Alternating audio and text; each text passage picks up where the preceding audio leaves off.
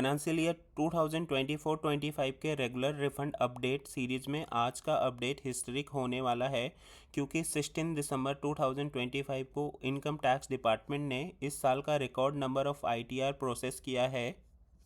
ये सिर्फ एक रूटीन अपडेट नहीं है, ये सीपीसी प्रोसेसिंग स्पीड का बिगेस्ट माइलस्टोन माना जा रहा है।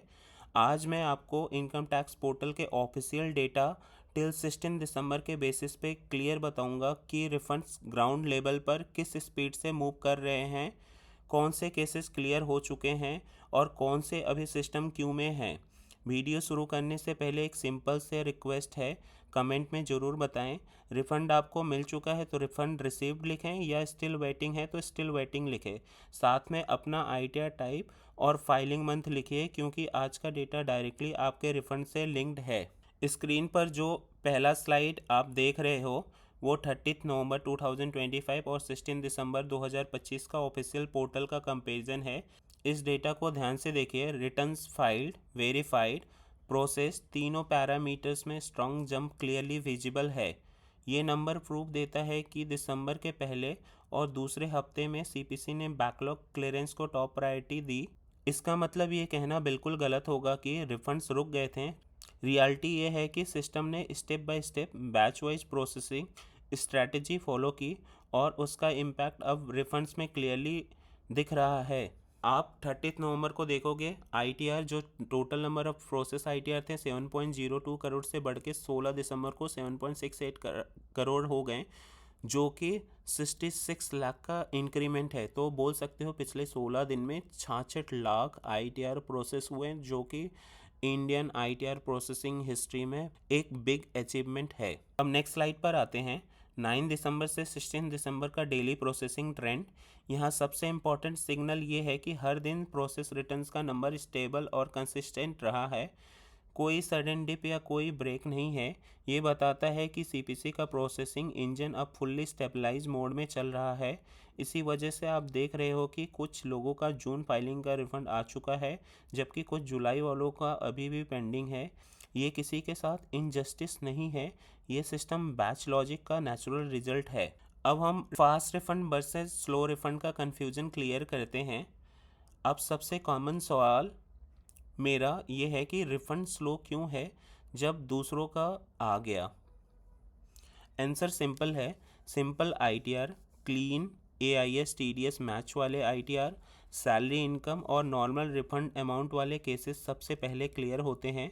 जब केसेस में high value refund, capital gain, business income, revise return या आईटीआर 2, आईटीआर 3 या आईटीआर 4 जैसे कम्प्लेक्स फॉर्म्स इन्वॉल्व होते हैं, तो system automatically extra verification layers लगाता है। ये डिले का मतलब रिजेक्शन नहीं होता, बल्कि ये रिस्क बेस्ड ऑटोमेटेड स्क्रूटनी का स्टैंडर्ड प्रोसेस होता है। जैसे कि आप देख पा रहे हो, 9 दिसंबर से लेकर 16 दिसंबर के बीच में जो आईटीआर का प्रोसेसिंग है, 9 दिसंबर को 7.54 करोड़ था, जो कि 10 दिसंबर को 7.55 करोड़ हुआ, यानी कि 1 लाख का इंक्रीमेंट। सेम हुए 10 दिसंबर से 11 दिसंबर के बीच में 3 लाख का इंक्रीमेंट था। 11 दिसंबर से 12 दिसंबर के बीच में 1 लाख का इंक्रीमेंट था। वहीं 12 दिसंबर से 13 दिसंबर के बीच में 2 लाख का इंक्रीमेंट था। 13 दिसंबर से 14 दिसंबर के बीच में इंक्रीमेंट ऐसा दिख नहीं रहा, बट यहाँ पे नॉमिनल 20,000 आईटीआर प्रोसेस हुए थे। आप जब डिटेल में जाओगे तो 20,000 का डिफरेंस है। वहीं 14 दिसंबर से 15 दिसंबर के बीच में थोड़ा सा इंक्रीमेंट हुआ 2 लाख का रिटर्न का, लेकिन 15 से 16 दिसंबर के बीच में टोटल 7.63 करोड़ रिटर्न प्रोसेस से इंक्रीज होकर 7.68 करोड़ हुआ, यानी कि 5 लाख का जंप। पिछले 15 दिन का आप डेटा उठा के देखोगे तो 16 दिसंबर ऐसा दिन है जिसमें एक सिंगल डे में 5 लाख रिटर्न प्रोसेस हुए हैं, जो कि अभी तक का इनकम टैक्स का सबसे बड़ा अचीवमेंट है ये फाइनेंशियल ईयर 24-25 का। आप नंबर्स में देखोगे तो नीचे मैंने स्क्रीनशॉट लगा दिया है आपके लिए। ये 15 दिसंबर का है। 15 दिसंबर को 7 करोड़ 63 लाख 93,966 आईटीआर प्रोसेस हुए थे, जो कि बढ़ के 7 करोड़ 68 लाख 56,466 हो गए एज ऑन 16 दिसंबर 2025 का डेटा, जो इनकम टैक्स पोर्टल पे अवेलेबल है। अब मैं आपको रिफंड डिले का रियल रीज़न, जो कि ग्राउंड रियलिटी है, वो बताता हूँ। ये जो स्लाइड पे जो रीजंस दिए गए हैं वो मैक्सिमम पेंडिंग रिफंड केसेस पर अप्लाई होते हैं। सबसे कॉमन रीज़न होता है एआईएस या टीडीएस मिसमैच।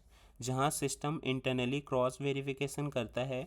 उसके बाद आते हैं high value refund flags, wrong ITR form selection, multiple revisions, bank account validation या इनएक्टिव अकाउंट इशूज, और पुराने आउटस्टैंडिंग डिमांड का एडजस्टमेंट। ITR 2, ITR 3 और ITR 4 जैसे केसेस में मैनुअल वेरिफिकेशन भी लग सकती है।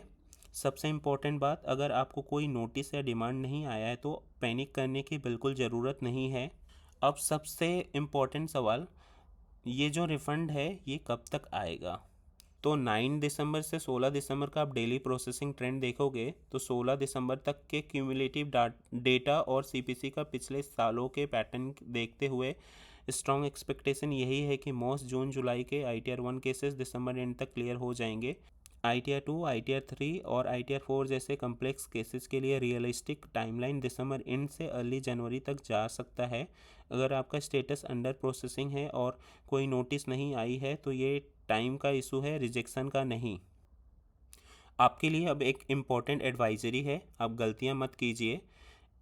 इस स्टेज पर अननेसेसरी ग्रीवेंसेस फाइल करना, मल्टीपल रिवीजन करना या पैनिक में चेंजेस करना प्रोसेसिंग को और स्लो कर सकता है।